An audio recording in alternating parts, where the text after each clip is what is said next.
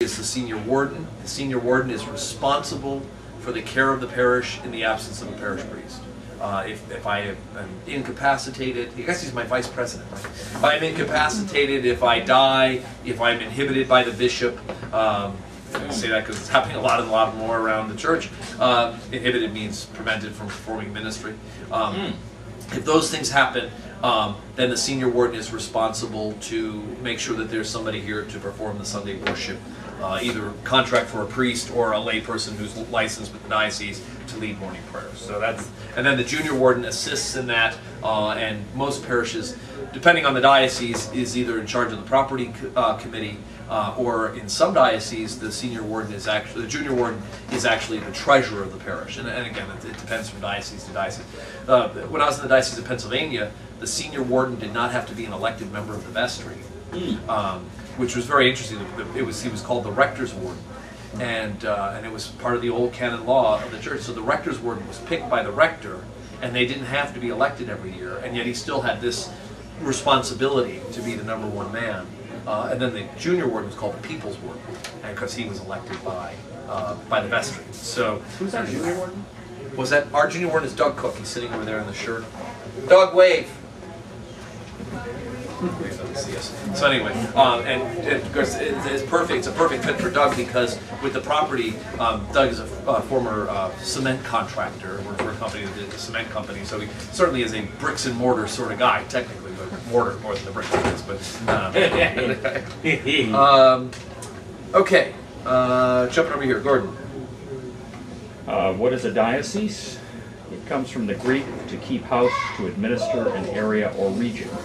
It is generally a geographic region of parishes under the direction of a bishop. Okay, so you have, you've got the parish, and then we're getting, expanding out larger, we've got a diocese, and there are in Michigan 4 dioceses. At one time, the entire state of Michigan was one diocese, and that was pretty common in the beginning of the church. The entire state was a diocese. William White, who was the first presiding bishop, the head bishop of the Episcopal Church, was the rector of a parish in Philadelphia, Christ Church, and the bishop of the entire state of Pennsylvania, and only traveled west of the Allegheny Mountains once in the entire 20-some years, 30 years, that he was a bishop. So it was really very hard for the church early on. They had to think about jumping on a train or a plane or getting in our car nowadays. They had to do all that by horseback. But the diocese is made up of whatever geographic region of parishes that decide to unite.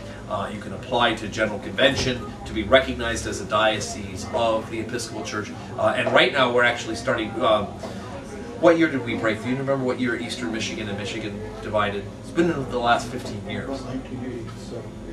Okay, so 88. This diocese used to be, remember, here's Michigan. This diocese used to be this whole half of Michigan. And we divided it just below Flint, right? And so everything below is still the Diocese of Michigan, the original diocese, and everything above is Eastern Michigan. The whole, this side of the state is Western Michigan, and then there's the Upper Peninsula, the Diocese of Northern Michigan.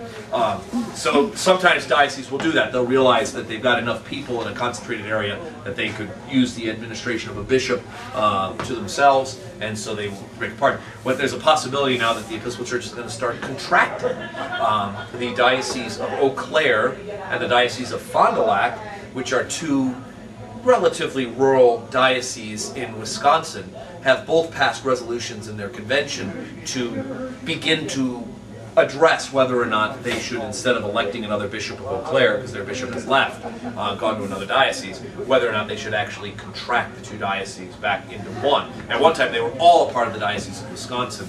Now you've got Milwaukee, Fond du Lac, and Eau Claire. So it would be sad to see another good diocese go, but I think administratively and financially it makes a lot more sense to not have 2 administrations, 2 bureaucracies to fund when you've got 2 dioceses with just a grouping of very small rural parishes. Charles, that strike a bell? You're not happy about that? Well, yeah, it's just one fewer vote. They tend to be very traditional dioceses, and so it would be sad to see 2 votes made into one. But that's speaking of. How many people is in the diocese? You know, it can depend, Andre. There are some dioceses are still entire states. But then again, South Dakota is not a very big state. You know, it's a big land, but not a lot of people. Somebody once pointed out to me that that there were more people in the Detroit area, 800,000, than there are in the entire state of North Dakota. It might be true, because it's very rural. It's north and it's not a city like we have. So their biggest city would be a small-sized city in Michigan.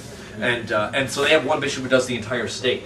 But then here you've got, you know, from Flint below and half of Lansing and all of Ann Arbor, this way is all of the Diocese of Michigan. So the majority, I'm sure the Diocese of Michigan has probably twice as many members of any of the other individual dioceses in the Episcopal Church. That's my guess. We used to have suffragan bishops, too.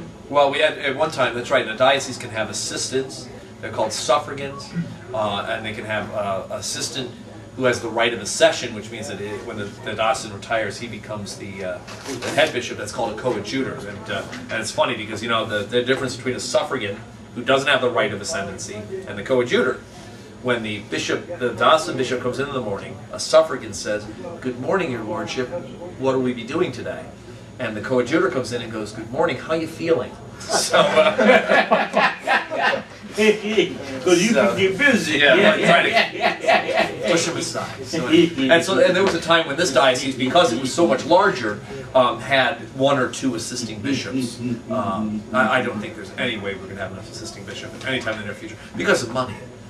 Salaries and benefits cost a lot of money, and we've been trying to shrink our budget to get within our spending means. So that's not uncommon. As a matter of fact, in a recent issue of a bishop being deposed, there was almost half of the votes to depose this bishop were done by 4 or 5 dioceses, because the Diocese of New York has 4 or 5 bishops, and Los Angeles has 3 or 4 bishops, and you start adding a couple of big, more progressively minded dioceses together, and they have a lot of votes in the House of Bishops because of the number of bishops they have. So, okay. Well, speaking of dioceses and conventions, Elaine, is that where we left off? Synod or convention. Synod is the Greek word for meeting. Pittsburgh. Well, this is obviously an old piece of paper. Michigan. Say Michigan, don't say Pittsburgh. Get me in trouble. Oh.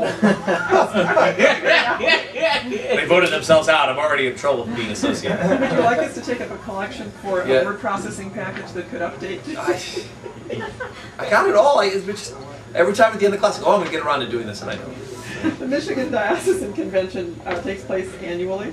Every parish elects 3 lay representatives from the vestry. Actually, that's not true anymore. They don't have to be vestry members anymore. That used to be true.